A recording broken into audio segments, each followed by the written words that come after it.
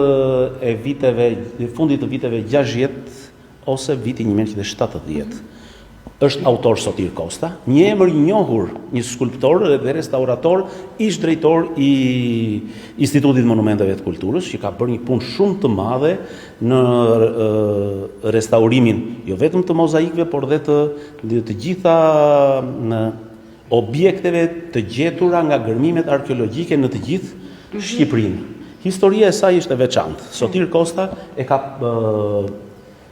punuar duke patur Pilo Samardgjiun Xhapilon si model të gjallë përballë tek lisi i dikurshëm i Apolonisë Teodoqi nga Rrugfeja në qendër aty të parkut arkeologjik të Apolonisë, të zonës historike. Dhe në hijen e lisit të madh e ka punuar, lisit emblematik, simbol të Apolonisë, portretin e Xhapilos.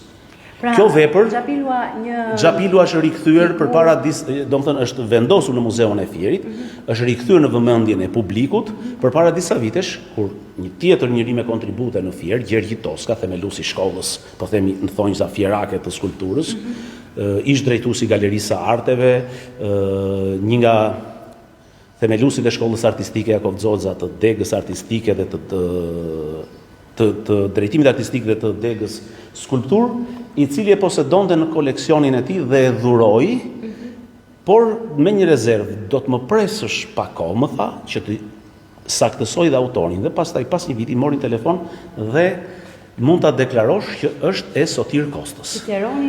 Sotir Kosta jeton sot në Shtetet Bashkuara të Amerikës, është në moshën e tretë, dhe nuk ka ardhur, por ka dërguar njerëz të tij, të cilët e kanë fotografuar për të siguruar se çdo skulptor e konsideron në thonjza si fëmijën e tij një vepër. Ne presim, jemi në proces që të kalojë dhe një restaurim dhe që të ekspozohet në ekspozit. Aktualisht e kemi në fonde dhe e nxjerrim vetëm në raste të veçanta.